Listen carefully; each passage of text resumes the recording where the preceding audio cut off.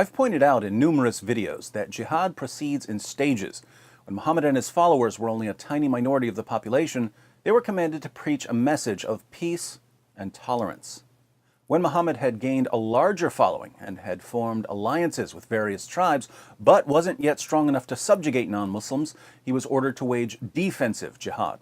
The Muslim community would fight unbelievers, but only if the unbelievers did something first.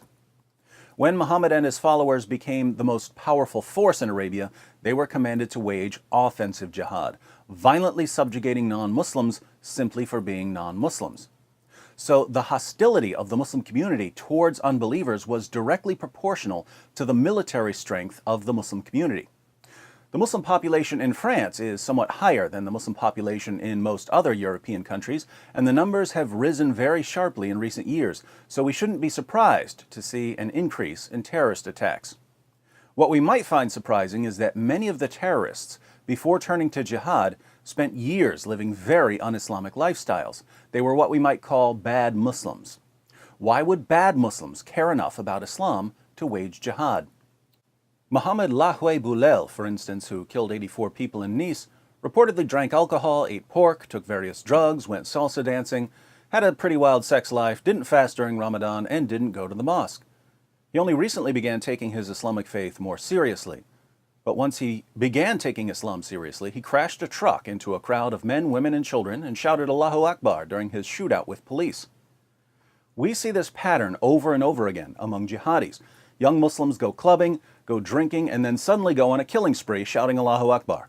And the friends and relatives of the jihadis then point to their past behavior as proof that they didn't really care about Islam, so they must have decided to slaughter unbelievers in the name of Allah for some other reason. I wish that politicians and reporters and people in general would make some sort of informed effort to understand why so many Muslims who've spent years engaged in very un-Islamic behavior end up waging terrorist attacks. Because anyone who really wants to know why young Muslims can rapidly transform from party animals to suicide bombers will quickly learn that France has produced a recipe for endless terrorist attacks. But since it's unreasonable to expect politicians and the media to do any actual thinking, we'll once again have to do the difficult work for them. Let's go through France's recipe for endless jihad, and to help our leaders and reporters, I'll once again make this so shockingly simple, a 4-year-old can understand it.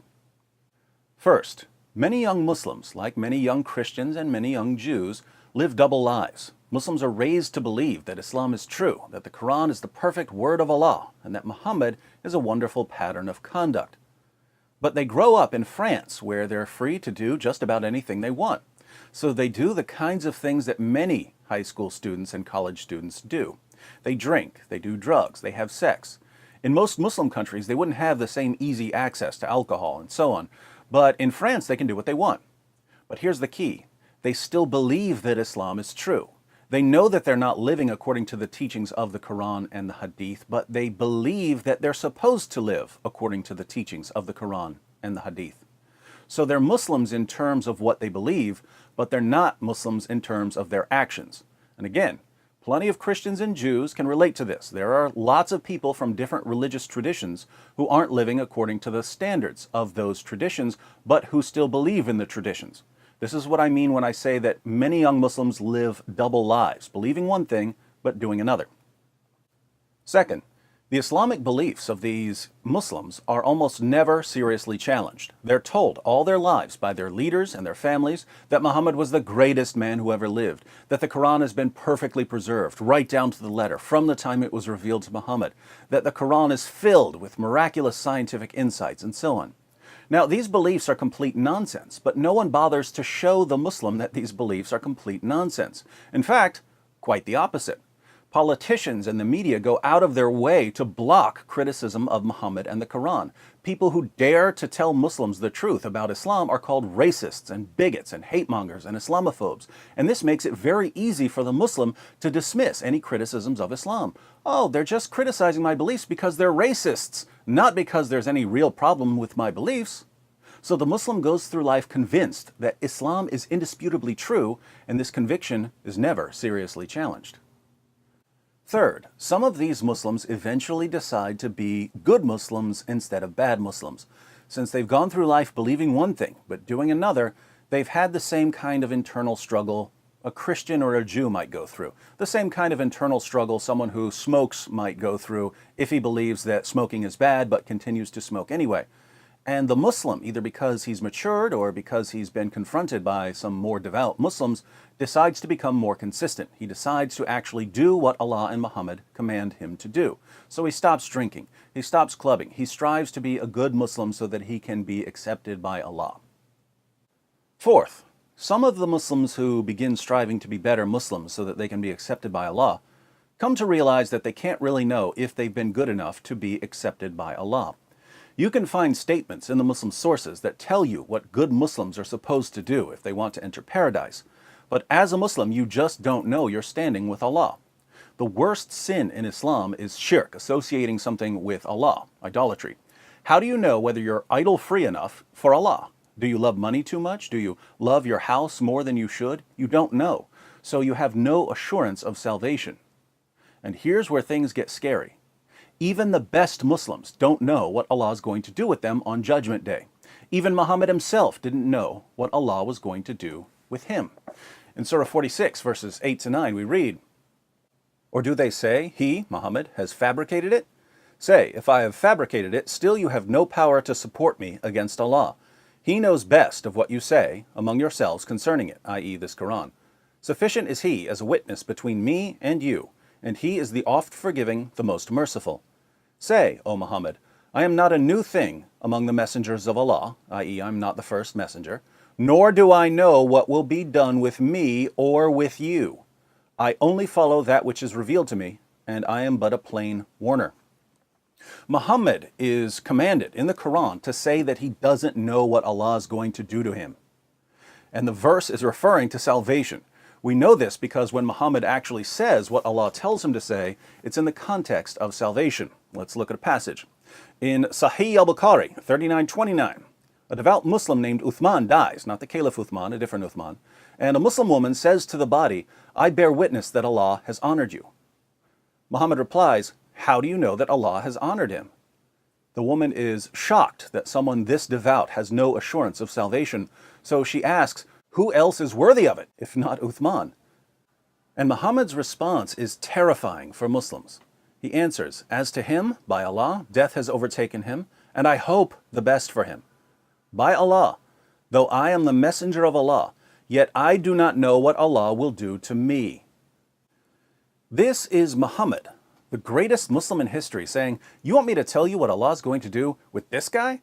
I'm Allah's prophet, and I don't even know what He's going to do with me."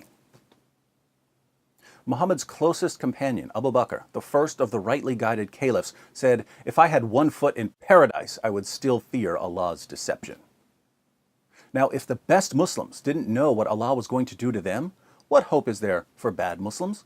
If Abu Bakr didn't feel safe, and you've spent half your life drinking and gambling and partying and fornicating, how can you possibly feel safe? You can't. Fifth, there is one way to feel safe and know that you'll be accepted by Allah. You already know what it is, don't you? If you know it, how difficult do you think it is for the conflicted Muslim to figure out? If he doesn't know, trust me, the online recruiter will tell him. In Sahih al-Bukhari, 2787, Muhammad declares, Allah guarantees, notice, now you have a guarantee from Allah Himself, that He will admit the mujahid, the jihadi, someone who wages jihad, in his cause, into paradise if he is killed. Otherwise, He will return him to his home safely with rewards and war booty.